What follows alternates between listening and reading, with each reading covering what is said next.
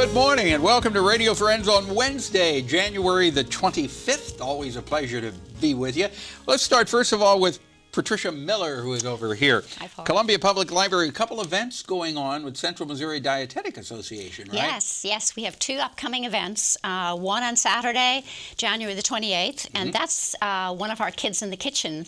And so that's where we register a number of kids. We have 32, and we have a particular topic each time, and they come in and they actually cook. Now, we don't have a full-scale kitchen, so we kind of have to modify some things. But this is really very popular, the Kids in the Kitchen thing. Yes, the summer ones in particular, the ice cream program, the fruit smoothies, they're very, very popular. I know, because our director, Travis McMillen, his twins, I think they're always a part. Oh, do you know them? Oh, yes, I know. We know them.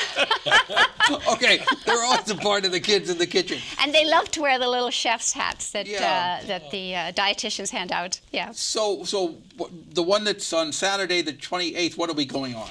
That one is being conducted by Kristen Effort, and Kristen, this is how she's explaining it. We're going to make prairie sushi. What? Prairie sushi, that's the name. I'll explain it in a moment. And pumpkin spice chia pudding. Yeah. So there's going to be some spreading using some utensils, and there's going to be, I think that one doesn't have much measuring, and then there's going to be some rolling. So there's going to be some preparation. So what age group are you talking about for the kids? This particular one, we're registering 3 to 9 years old. Okay. Sometimes we do 5 to 9, but they have to be accompanied by an adult. That could be a parent, a grandparent, an older sibling, or something like that. So to 3 help to them. 9-year-olds. Yes. And the 3-year-olds do need to be accompanied. They do need assistance, yes. Okay. The spreading, there's going to be spreading, but the knives are going to be very blunt on that one. So they might need a little assistance spreading.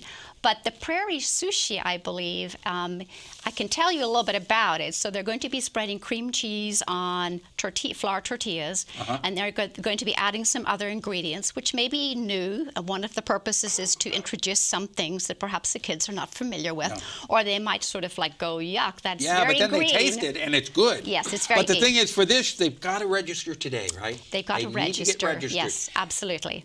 So that's for Saturday, January 28th, and then you have something coming up in February? February the 7th, we have another program. This one is geared towards adults, and normally we try to do something with the Central Missouri Dietetic Association that's geared at the beginning of the year, that puts a focus on healthy eating.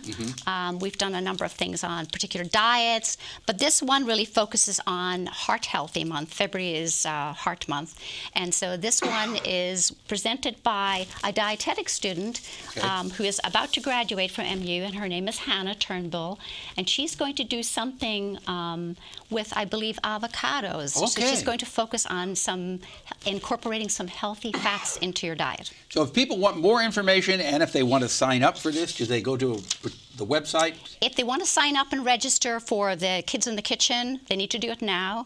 They can call us at 443-3161, or they can just come into any of the service desks. Okay.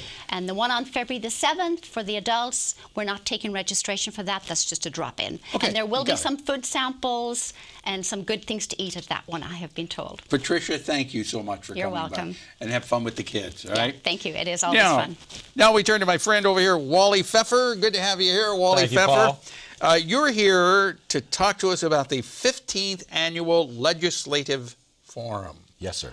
For the university. Yes, sir. The Alumni Association has been sponsoring it. The local Boone County chapter has been sponsoring it now since Bob Holden was governor. So what is the Legislative Forum?